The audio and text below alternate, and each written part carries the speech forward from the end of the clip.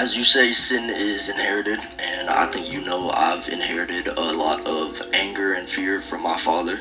Anger and fear comes from you being traumatized by both your mom and dad as a kid because your dad didn't know how to deal with your mom. And by that, your mom ended up raising you and she gives you her spirit.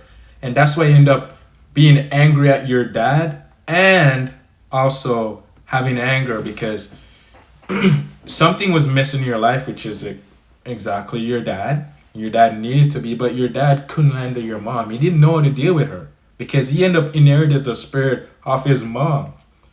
And when they came together, it was two evil coming together and they created you. And they didn't know how to love you.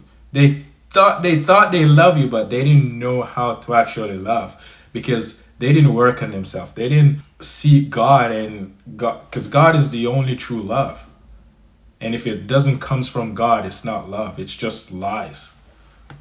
So you need to forgive your mom and dad to get rid of anger and stop resenting your dad and your mom. How do I deal with the shame that comes knowing that I'm gonna hurt people in order to heal and be better,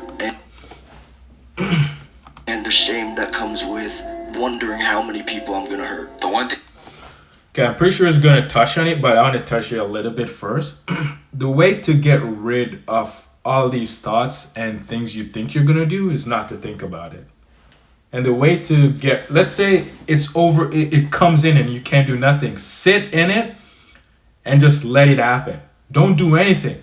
Just sit in it. Don't do anything and it will be taken away from you. Let's hear what he has to say. The thing I could know is this: God is not a condemning God. So you can also differentiate. When I have feelings of guilt, shame, that's not from God. Satan plants. He's like that evil person. He's going to tell you, bro, you're shameful. You're going to hurt these people, bro. You have childhood trauma. But God is telling us something. When you have negative, shameful thoughts, you can't be condemned by that because that's not from God. Yeah, it's definitely not from God. It's from the devil. He's trying to turn you away from God because he doesn't want you to move away from all the thoughts and things that are happening to you. He doesn't want you to leave him.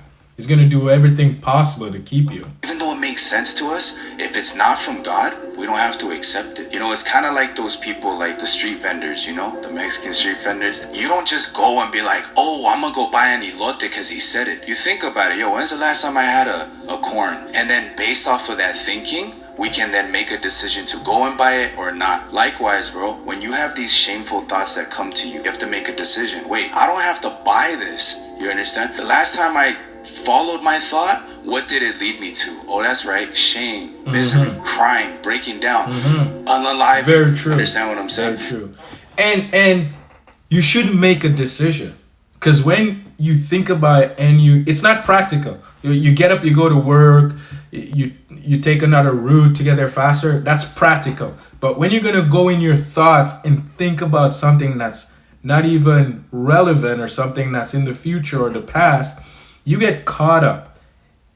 And that's you trusting in yourself instead of trusting in the will of God. Let it happen. Don't be going in your thoughts and thinking about it because the devil is going to set you up. He's going to set you up. You're going to feel good. Then he's going to set you up. And you're going to feel bad. So we have to learn, bro, how to differentiate our thoughts.